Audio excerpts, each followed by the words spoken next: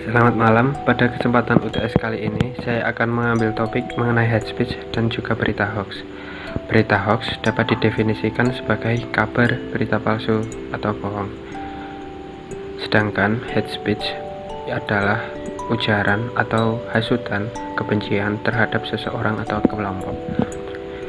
Hal ini dapat kita lihat pada data statistik berikut, yaitu tangkapan hoax oleh tim AIS dari Kominfo yang menunjukkan bahwa pada bulan Agustus tahun 2018 hingga bulan Maret tahun 2019 terjadi peningkatan jumlah kasus berita hoax dan juga hate speech yang ada pada media sosial. Seperti pada data diagram yang telah disampaikan, jumlah dari kasus hoax dan hate speech semakin meningkat setiap bulannya. Terlebih lagi ketika hendak mendekati kegiatan pemilu atau masa pesta demokrasi lainnya. Praktik hate speech digunakan oleh pendukung calon tertentu untuk menjatuhkan calon pasangan lawannya. Tujuannya adalah untuk mengurangi rasa kepercayaan pendukung terhadap calon pasangan lawannya tersebut. Kebebasan menyatakan pendapat memanglah HAM bagi setiap masyarakat. Kebebasan HAM juga ditulis terhadap dalam pasal 28 Undang-Undang Dasar Negara Republik Indonesia tahun 1945.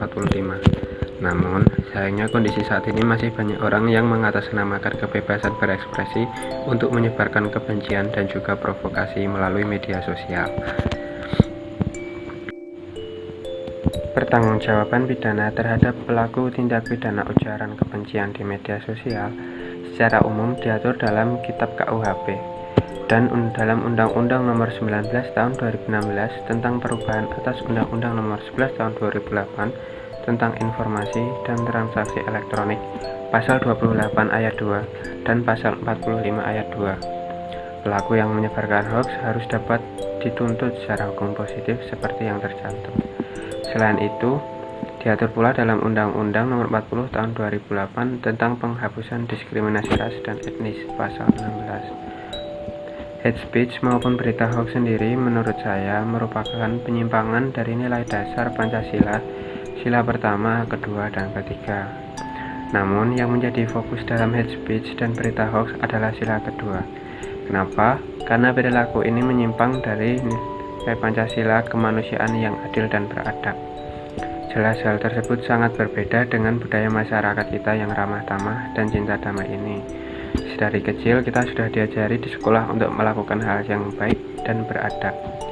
Namun demi kampanye, kepentingan golongan atau kepentingan pribadi, segala cara dihalalkan untuk mencapai tujuannya. Lalu hubungannya dengan sila pertama dan ketiga, yaitu berkaitan dengan isi dan juga dampak yang ditimbulkan dari hate speech atau berita hoax.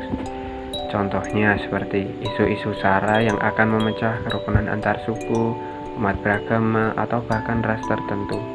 Tentu saja hal tersebut melanggar sila pertama ketuhanan yang Maha Esa dengan cara tidak menghormati agama saudara kita sendiri sebagai bangsa Indonesia, dan tentunya memecah belah persatuan dan kesatuan yang ada pada sila ketiga.